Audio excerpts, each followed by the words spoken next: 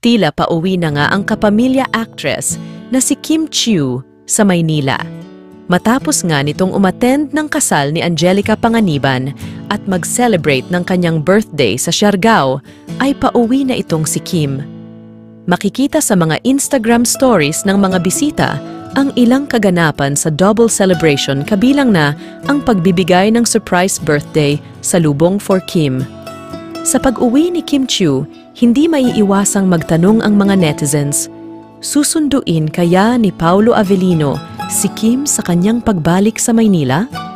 Sa kabila ng kanyang mga commitments sa trabaho, hindi nga nakasama si Paulo sa pagdiriwang ng kaarawan ni Kim sa Siargao.